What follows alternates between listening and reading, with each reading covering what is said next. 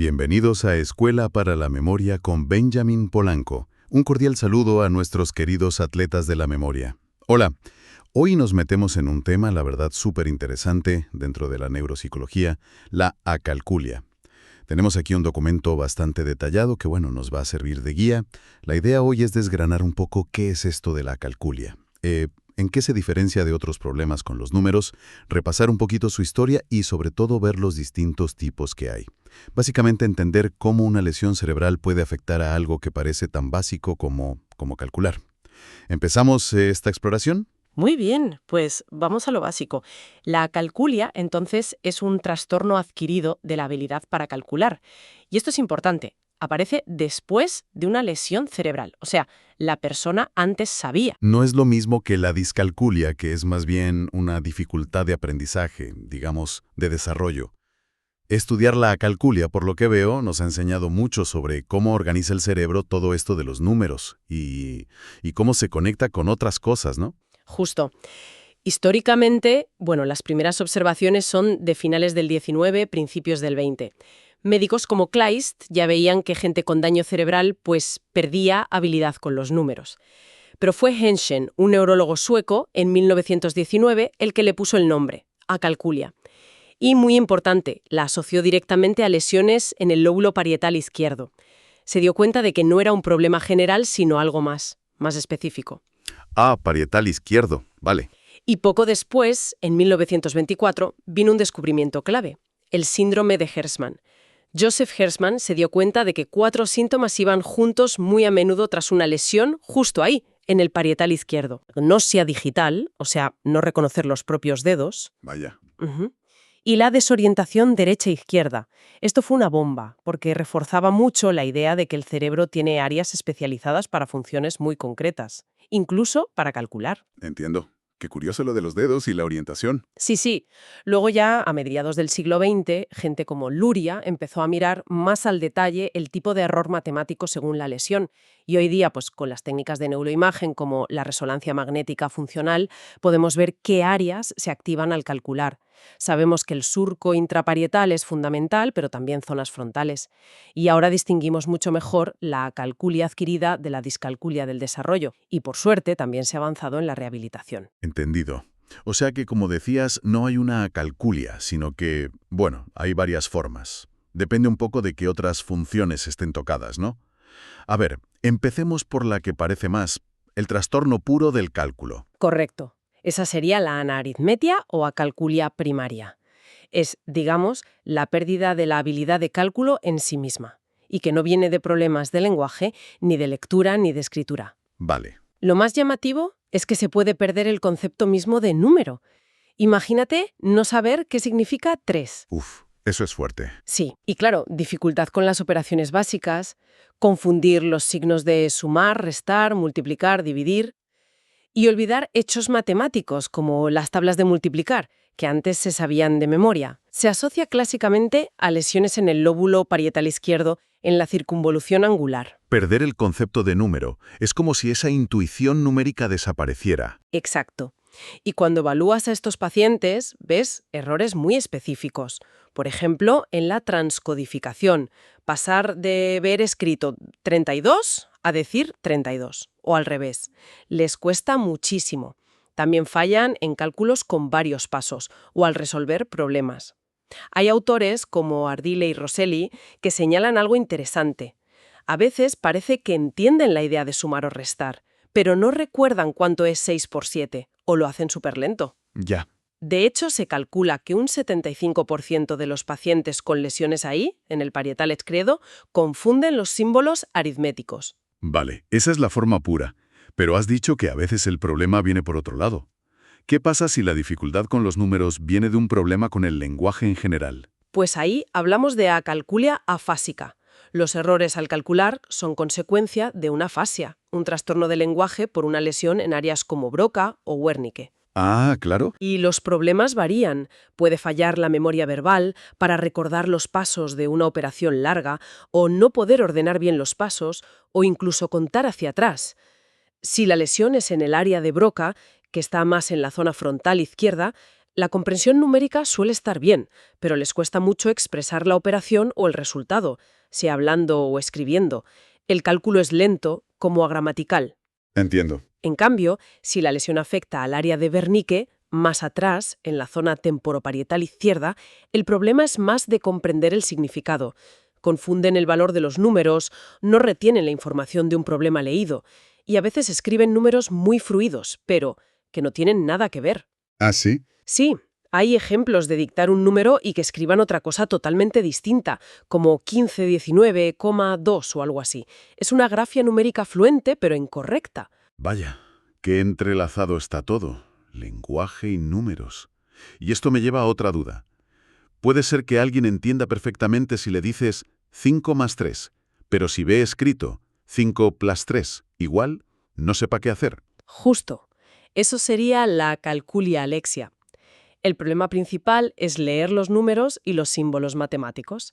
La comprensión oral, bien, pero la lectura, mal. Ajá. Suele pasar por lesiones en zonas occipitotemporales izquierdas, donde se junta lo visual y el lenguaje. Y hay matices. En la alexia pura, a veces pueden escribir, pero luego no pueden leer lo que ellos mismos han escrito. Imagínate el lío para calcular por escrito. Claro, imposible. Y en la alexia central, el problema de lectura es más gordo. Se junta con problemas de escritura y pueden hasta confundir letras y números. Curiosamente, a veces el cálculo mental lo conservan mejor que la lectura o escritura de números. Y el caso contrario, o sea, poder leerlos y entenderlos, pero ser incapaz de escribirlos bien, que poner 2 más 2 es igual a 4 en un papel sea un mundo.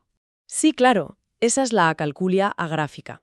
La dificultad está específicamente en escribir los números correctamente, aunque se entienda el cálculo y se puedan leer.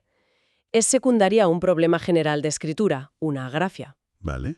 Y como en la afásica, los errores dependen de dónde esté la lesión. Si está relacionada con Broca, la escritura será torpe, lenta, con números desordenados. Si es con Wernicke, puede ser fluida, pero llena de errores de significado, escribiendo números que no tocan. También hay agrafias motoras, por ejemplo, en gente con Parkinson, donde lo que falla es el movimiento y la forma de los números, aunque sepan perfectamente lo que quieren escribir. Entiendo. La clave para diagnosticarla es comparar. El cálculo mental suele estar bien, o mucho mejor, que el cálculo escrito. La lesión, otra vez, suele estar en el hemisferio izquierdo, a menudo en el giro angular. Hasta ahora hemos tocado lenguaje, lectura, escritura. Pero calcular también requiere atención, ¿no? Planificar los pasos. ¿Haya calculias que tengan que ver con esas funciones más ejecutivas? Totalmente. Esa es la acalculia frontal. Como su nombre indica, viene de lesiones en el lóbulo frontal, que es como el director de orquesta del cerebro para las funciones ejecutivas: atención, planificación, memoria de trabajo. Ya. Aquí la dificultad principal está en el cálculo mental, sobre todo si es un poco complejo o necesita varios pasos. Tienen problemas para mantener la atención, tienden a perseverar, o sea, a repetir el mismo error una y otra vez, y pierden las estrategias mentales que usamos normalmente para calcular. ¿Y qué es lo más característico? Pues un dato muy distintivo es que, a menudo, estos pacientes pueden hacer esos mismos cálculos perfectamente si les das papel y lápiz, pero de cabeza fallan estrepitosamente. Anda, qué curioso ese contraste. Sí, un ejemplo típico es no poder calcular 125 menos 25 mentalmente, pero resolverlo sin problema por escrito. Luria ya apuntó que esto pasaba por la gran demanda de atención y planificación que exige el cálculo mental. El lóbulo frontal no da abasto. Qué interesante. Y nos queda una variante, creo. ¿Qué pasa si el problema no es el número en sí, ni el lenguaje, ni la atención, sino el espacio? ¿Cómo colocar los números para operar? Exacto, esa es la acalculia espacial. El lío aquí está en la organización espacial de los números al escribir o al hacer operaciones.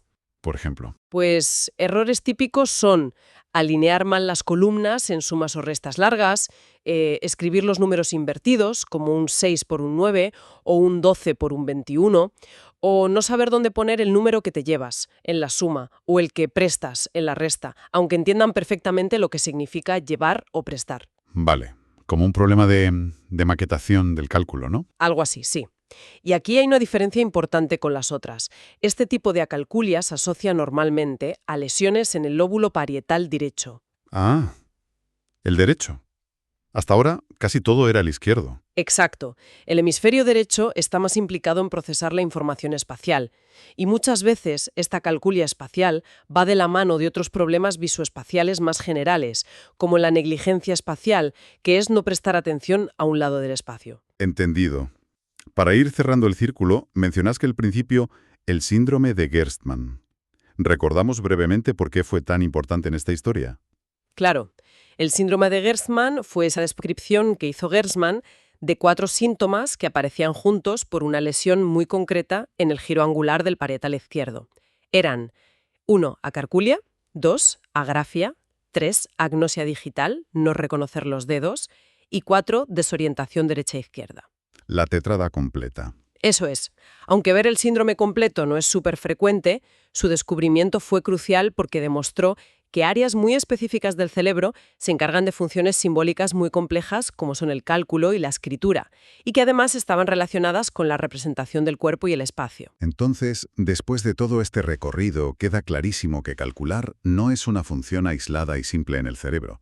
Hemos visto que la acalculia puede venir de un fallo en el núcleo del procesamiento numérico, pero también de rebote por problemas con el lenguaje, la lectura, la escritura, la atención, la planificación, e incluso con cómo manejamos el espacio. Es una red, ¿no? Absolutamente. Y eso es lo fascinante, creo yo. Estudiar cómo se puede romper esta habilidad, a veces de formas tan selectivas, nos enseña muchísimo sobre cómo funciona el cerebro cuando está sano. Vemos que están implicados los lóbulos parietales, sobre todo el izquierdo para lo simbólico, pero también el derecho para lo espacial, los frontales para dirigir la tarea, los temporales conectados al lenguaje y la memoria, incluso los occipitales para ver los números. Nos muestra lo interconectado que está el cálculo con casi todo lo demás.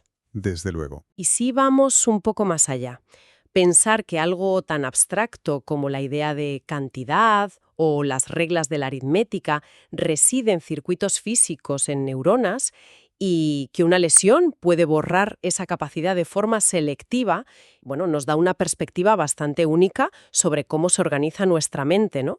Sí, sí, totalmente. Nos recuerda que hasta nuestras habilidades más sofisticadas tienen una base material y que es vulnerable. Estudiar por qué falla el cálculo nos ayuda a entender, por contraste, la maravilla de cómo funciona cuando todo va bien. Sin duda alguna. Entender estas posibles fracturas en el procesamiento numérico realmente pone en valor la increíble maquinaria que tenemos para manejar números, recordar datos y hacer las proezas mentales que entrenamos aquí con nuestros queridos atletas de la memoria.